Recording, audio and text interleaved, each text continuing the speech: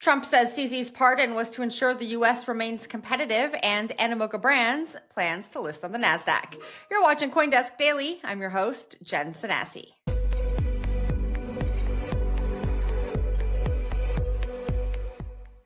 President Trump stated he does not know Binance founder CZ, despite granting him a pardon.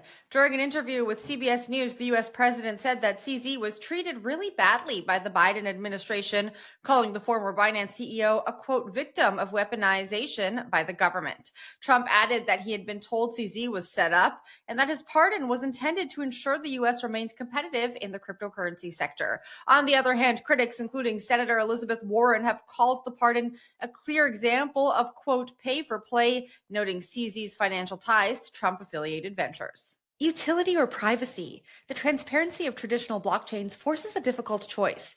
Break free from this limitation with Midnight. CoinDesk Bitcoin Treasury Month is brought to you by Genius Group, a Bitcoin Treasury company listed on the New York Stock Exchange under the ticker GNS.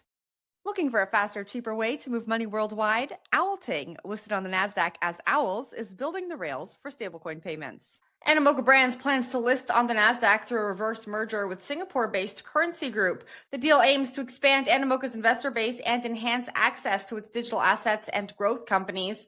Co-founder and executive chairman Yat Su said in a release that the proposed merger will lead to the world's first publicly listed diversified digital assets conglomerate with access to investments in DeFi, AI, NFTs, gaming, and DeSci. The deal is expected to close in 2026 after shareholder and regulatory approvals. Animoca's digital assets advisory unit reported $165 million in revenue for 2024, marking a 116% increase from the previous year. And the U.S. Federal Reserve injected $29.4 billion into the banking system on Friday, sparking optimism in the crypto community. The Fed pumped billions through overnight repo operations, the largest since the COVID pandemic in 2020. The operation aims to ease liquidity stress, which some analysts say has recently capped Bitcoin's gains.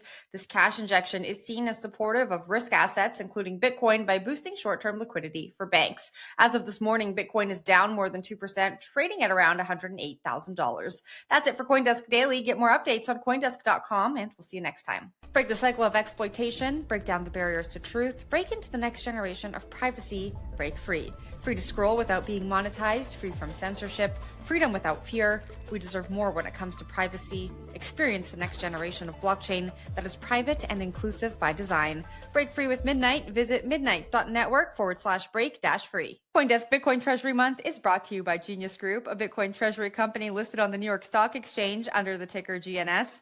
Genius is building toward a 10,000 Bitcoin treasury and just launched Genius Academy, featuring courses from Saifedean, Ammous, and more. Start learning for free today at geniusacademy.ai.